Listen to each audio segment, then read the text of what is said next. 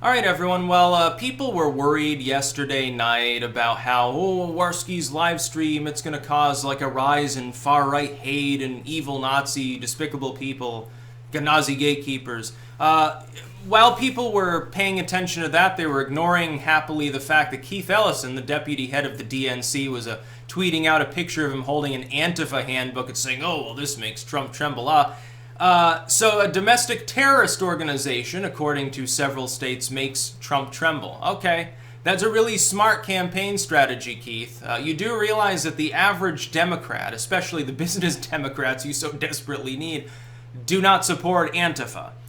They are center-left at most. Antifa is an anarcho-communist movement, actually. They are literally communists. They're not really... They don't believe in anti-fascism. Per se. They don't believe in, hey, we're going to stop the violent Nazis. No, they believe in using violence to achieve, basically, I guess, a state in which they don't have to wash their own dishes. That's basically what they've become. There may be times at which they've been useful idiots for some greater purpose. Like, you've got actual Nazis, like literal skinhead meth heads being violent. Okay, maybe Antifa shows up, or they run like little kids. But when it comes to, like, anything else, it's just basically they think that someone with a MAGA hat is, like, a fascist, so they punch them. And it's really, really dumb. And I'm not surprised that Keith Ellison supports them, because at this point, people in the DNC have to be dumb. They thought that, hey, you should see the other guys was a good possible midterm slogan. They think that tweeting out a picture of their support to Antifa is a good campaign proposal. They think that campaigning on wanting to rescind Trump's tax cuts is going to be popular.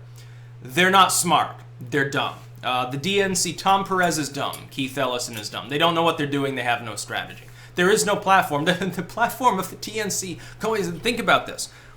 One thing that the Republicans have done sporadically over the last year is snatch defeat from the jaws of victory. Like, they've got something set up really, really well for them, and then they just do stupid shit, and they fumble it. Like with the ACA repeal. They had it set up. They could have done it very early on. They had a mandate. More than half the population disapproved of the ACA or was ambivalent. They could have repealed and replaced it. What do?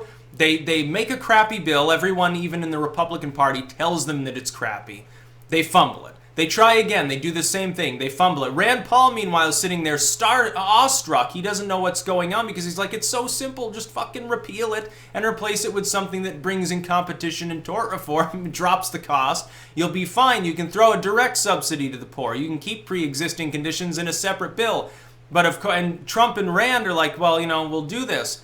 Meanwhile, all the other Republicans are bickering over how much more government they want to inject into the healthcare industry. So they tend to do that. But now the Democrats are doing that. With the midterms, that's my general expectation, that they're going to fumble it badly because of their own stupidity. Look, they've got a sitting president.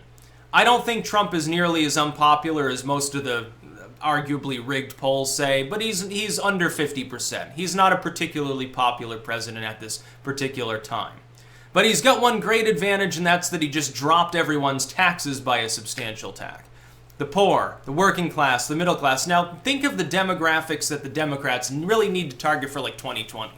They need to crack back into the Rust Belt. They need to force Trump out of Michigan and Wisconsin and Pennsylvania, basically. That's their roadmap to victory. That or manage to swing Texas blue, which I still don't think is going to happen. I think worries about that are a little overblown. Maybe. Then Trump would have to be less popular than he is now for that to happen, I think. And if he ever got that unpopular, probably he'd get primaried and lose. So, that's what would happen. Yeah, they would kick Trump out of the Republican Party, say, no, we're going to have a different candidate, and a non-incumbent will have to run for the position. They could feasibly do that if he was that unpopular. They need to target business Democrats. We're talking people whose main concern is monetary. They're like, well, we lost a job and or we're paying too much in taxes and regulatory fees. That's what swung so many millions of voters in the Rust Belt Trump's way and gave him the election in the first place. Their way of targeting them consistently for the last year has been white people are a problem, males are a problem, hey, you Christians, shut up, we need more refugees, no, you can't build a wall, and hey, you shouldn't lower taxes. I'm sorry, that doesn't sound like a winning strategy to me. It sounds like a winning strategy for the far left crowd, but they're already Democrats. Except for the ones that are disgruntled. They're so far left, even Ellison to them is a right-winger, so they wrote in Bernie Sanders or they voted for Jill Stein.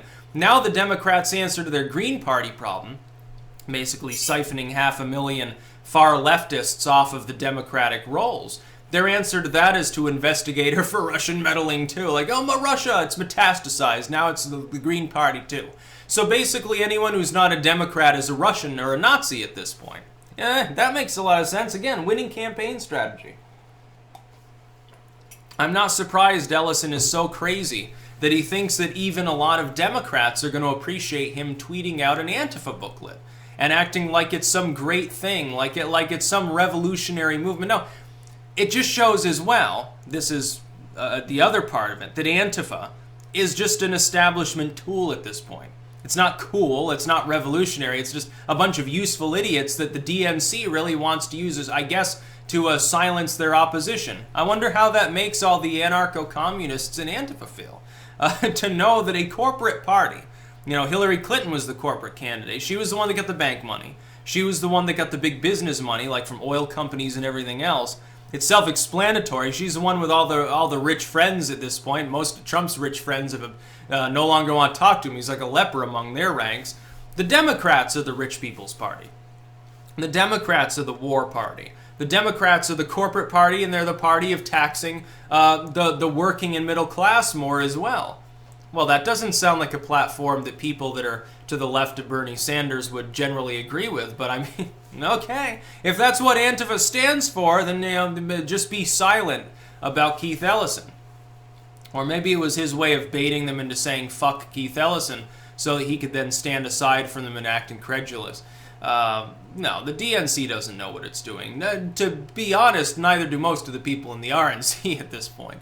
It's quite clear there's a lot of detritus in the Republican Party. Like Mitt Romney might be running for Orrin Hatch's vacant position. That would be the funniest thing ever. By the way, I would never support Romney, and I'll actively use my voice to try to prevent him from winning, and I would hope every other content creator would as well. He's a pro-censorship corporatist and a war hawk, so, we don't need a Mitt Romney in fucking Congress, that's for sure. We need more Ron Pauls, not more Willard Romneys. That's what we really need if we want to prevent the degradation of our nation. That's always funny when Antifa basically gets conflated with the DNC. Now, people on the right, they'll say, well, the Democrats are basically communists. Well, certainly some centrality tendencies there. That's nothing they don't have in common with the Republicans for the most part. It's not a case of a two-party system. It's a case of most of both parties are a conglomerate, and then there are some fringe or fanatic elements within those parties and plenty outside of them that actually believe in freedom and they want to try something new. Now, it doesn't really matter whether you're more on the left libertarian, right libertarian side, you're more literal communist, identitarian. There are all of these various groups. They've got new ideas about how to solve our problems. Because neoliberalism and neoconservatism clearly don't work. The problem is that the neocons and neolibs, everyone acts like they're so far apart. They're not far apart. They're the same fucking thing. They believe in the same thing. They have the same donors, they throw parties with each other. They go to comedy roasts together. They drink champagne together, snort coke together, have orgies together, fly to Epstein's Island together, apparently. That's DC. These people don't dislike each other. They love each other because then they can... It's all an act. Trump just takes it to a new level, by the way. They do the same sort of worldwide wrestling fake rivalry bullshit all the time, every single day. Well, the Democrats stand against this evil. Oh, the Republicans will stop you, horrible Democrats. And it's just a joke. Trump is a one-man Shakespearean play, though, and I think that's why they don't like him, because he's too good at their own game without any prior political experience. I think they feel jealous at sometimes. No, but he's not a fascist. The DNC is not really a communist organization any more than the GOP is. They're both just socialist interventionist parties. The Republicans are not far right. The Republicans are a leftist movement. And this has been pointed out, oddly enough, by the fringe of the so-called right that, oddly enough, has now something in common, according to what I heard last night, with, like, communism. It's like, oh, yeah, individualism be damned. Yeah, collectivism's pretty cool.